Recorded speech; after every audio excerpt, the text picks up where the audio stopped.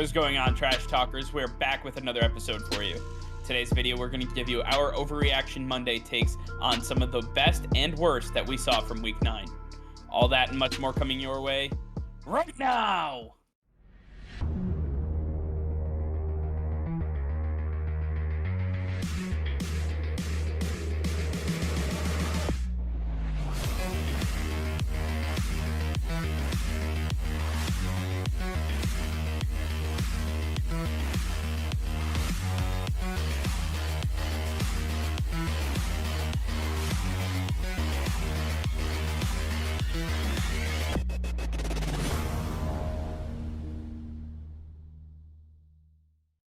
Hey Trash Talkers, over 85% of you are still not subscribed to the channel.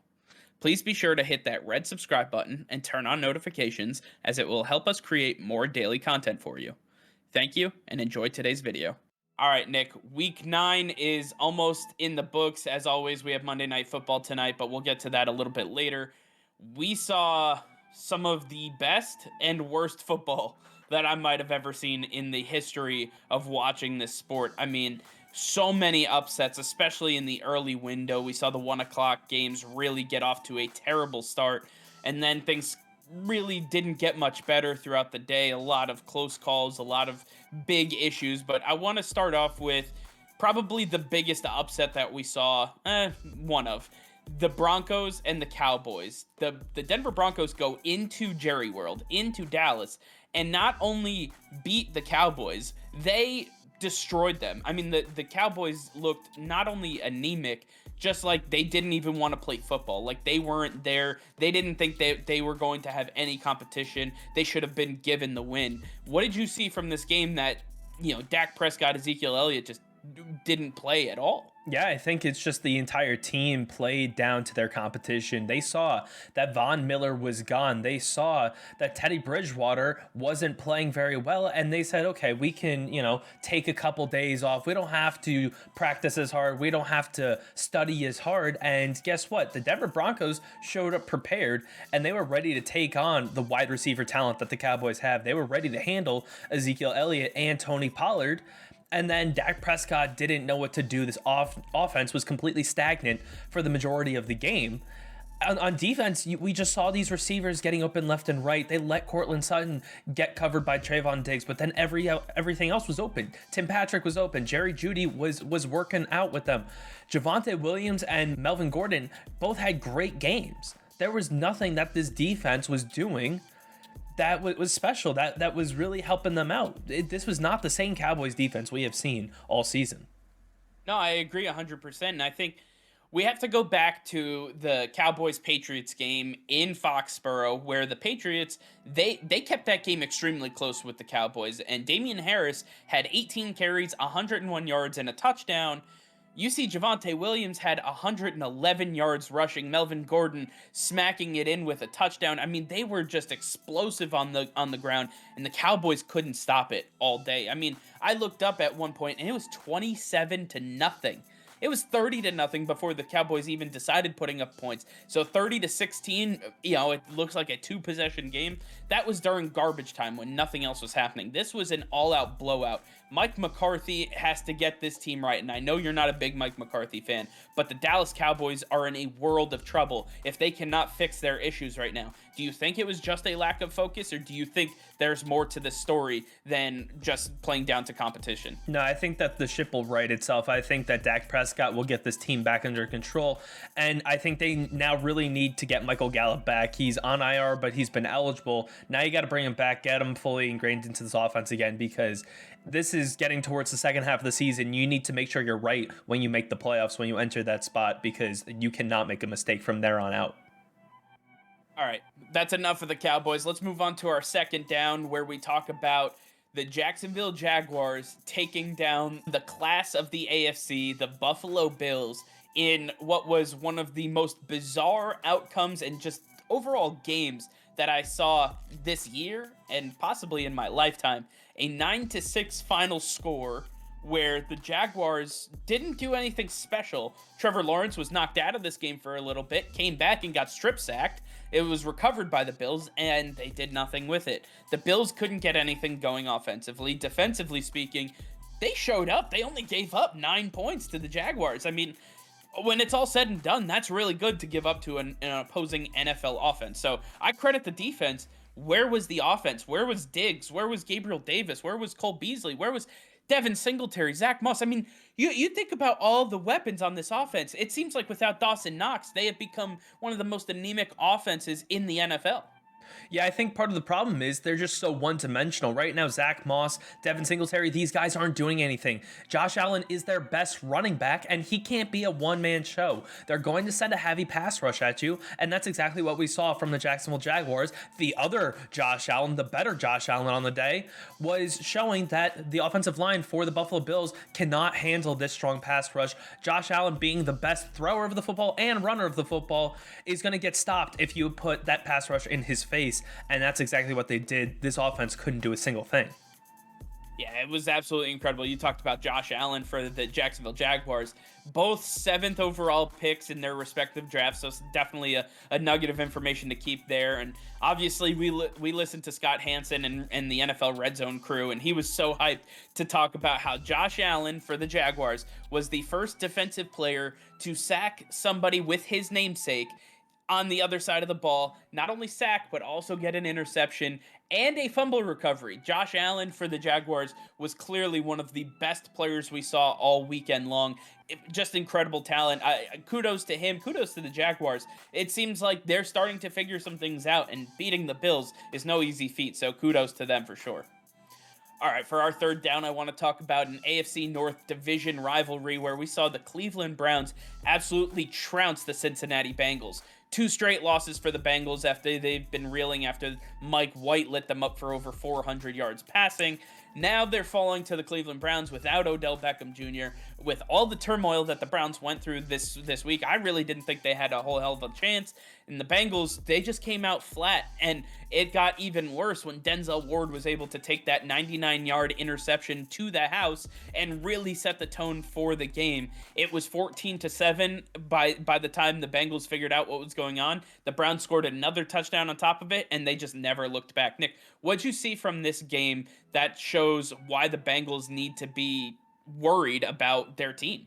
Yeah, well, it seems like teams are starting to figure them out. This defense has its holes. They can't stop running backs. They can't stop receivers. They have, for some reason, just not been able to do a single thing. The pass rush is really the only thing that they have going for them.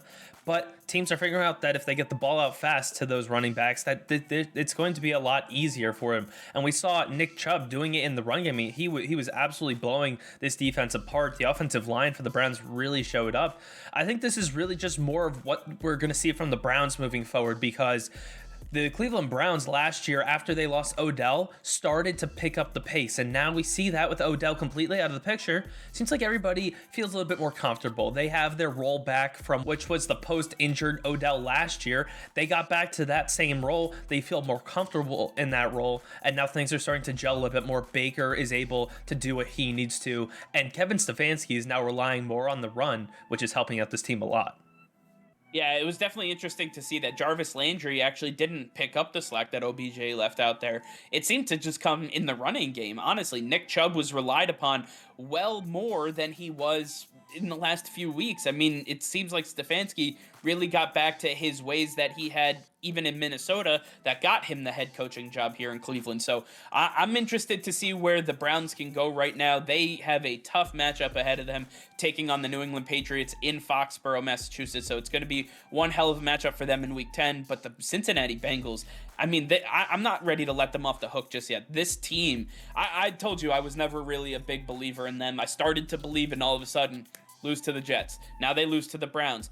It's not looking pretty for this Bengals team. They have a lot of work to do. Joe Burrow was under duress all day, and I know we talked about, they took Jamar Chase over somebody like Penny Sewell or somebody that could have helped protect Joe Burrow. I think this is going to rear its ugly head, and it's going to continue week in and week out because this offensive line is not holding up to the task anymore. There's no more long balls to Jamar Chase because the pass rush is just blowing right through his protection, and it's not coming in to him. I think the Bengals have to be pretty worried. Absolutely, yeah. This is going to be something that they're going to have to deal with. The trade deadline is passed, so you're not going to be able to make a move, and there really is nobody on the open market. So this is the offensive line you've got. Now that they're figured out, Joe Burrow's job just got a lot more difficult, and I don't know if it's going to be something that they necessarily can fix this season, which is definitely going to hurt them going to the playoffs. They're in one of the most difficult divisions in the league. You talk about a team that needs fixing and in a difficult division, I look at the Kansas City Chiefs. The Kansas City Chiefs played the Packers, and the Packers were without Aaron Rodgers because he didn't have a COVID shot, or he did, and I don't know. I don't know what's going on with Aaron Rodgers. I don't think he knows, but nonetheless, the Packers didn't have him. They started Jordan Love, and it was abysmal for 3.5 quarters. And then all of a sudden, things started to flow their way, but it was just a little too late for them as Alan Lazard scored a touchdown, and then they just could not get the stop they needed on the Chiefs, and they just ran out the clock with over 5 minutes left to go. I want to talk about the Chiefs side of things, though, because I think the Packers are going to be fine. The Packers only let up 13 points to a fully healthy roster for the Kansas City Chiefs. I mean, they're not missing anybody that's massive for their team. They have their starting lineup. 13 points to the Patrick Mahomes-led Chiefs, I'm fine with. That defense is solid. Aaron Rodgers, when he's back, he'll lead them to victories. I want to focus on the Chiefs. The Chiefs, it just seemed like they cannot get out of their own way. The running game is there, and then they get away from it for a long time. It seems like Mecole Hardman couldn't catch a cold if he tried. We're not seeing anybody besides Travis Kelce and honestly Tyreek Hill, but I don't even want to include him at this point.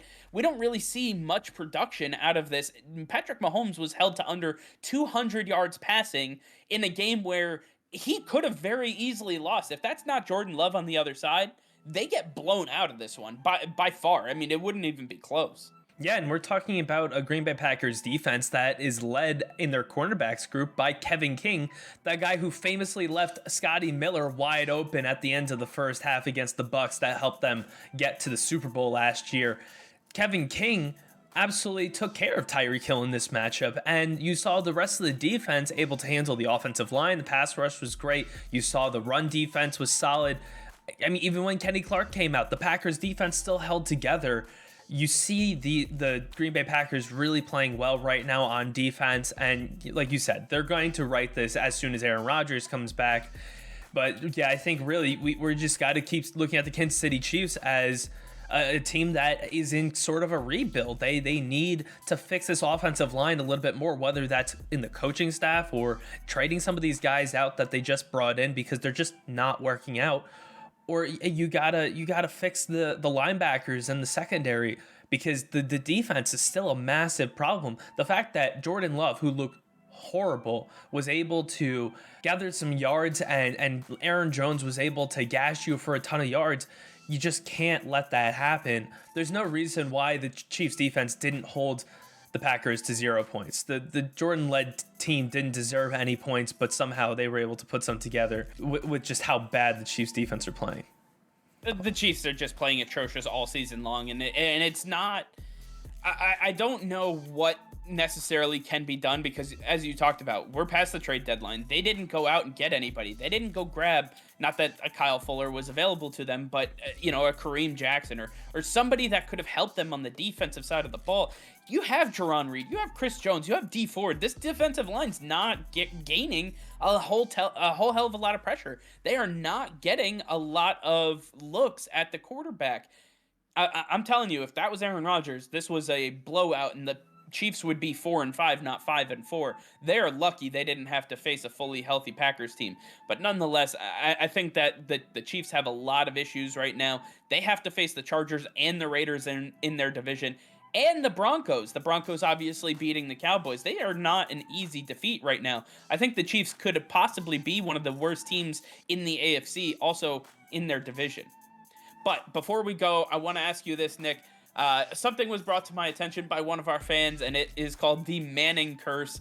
Some of you guys have probably heard about it, but every Monday Night Football, or almost every Monday Night Football, the Manning brothers have their own broadcast on ESPN2, where Peyton and Eli break down film and have guests on. Well, There is something called the Manning curse, where Travis Kelce was on in week 1, he lost in week 2. Russell Wilson was on in week 1 as well, he lost week 2. Rob Gronkowski on week 2, lost week 3. Matt Stafford on week 3, lost week 4. Tom Brady on week 7, lost week 8. Josh Allen on last week, lost this week. Nick, do you believe in the Manning curse? No, I don't believe in the Manning curse. This thing is a joke. You can't believe in something like this. For something to be a curse, it has to happen for years and years and years. It's not something that just happens over a few weeks. You know, things are going to fix themselves. Not every player who goes on to the Manning broadcast is going to lose the following week. That's just preposterous to think that way. Until we see this happen for a few more seasons, I don't think you can call this anything more than an anomaly. All right, before we get out of here, Nick, Monday Night Football tonight, Chicago Bears visiting the Pittsburgh Steelers. One of the worst matchups of the weekend. Nick, who do you got? Yeah, this is going to be an easy one. The Pittsburgh Steelers should have a runaway game at home. Can't wait to see Najee Harris, Chase Claypool, Deontay Johnson. These guys really put it to them. The Chicago Bears are down bad. The defense is struggling. The offense can't do a single thing. TJ Watt should have a big game as well. Really like the Pittsburgh Steelers tonight. I think the Pittsburgh Steelers are going to win as well. I think Justin Fields starts to right the ship, though. I think he's going to get right against this Pittsburgh defense that can allow a lot of points and a lot of yards. I think his biggest test is going to be against TJ Watt, and I think he's going to be able to run circles around them. Look for Justin Fields to have a good game. It's going to be a very sloppy game on both sides. Pittsburgh Steelers win tonight. Mark my words. All right, well, that's going to be all for now. Thank you all for watching. Be sure to like this video and subscribe to the channel if you haven't already. Hit that notification bell. We go live every single day. That'll be all. Peace and love.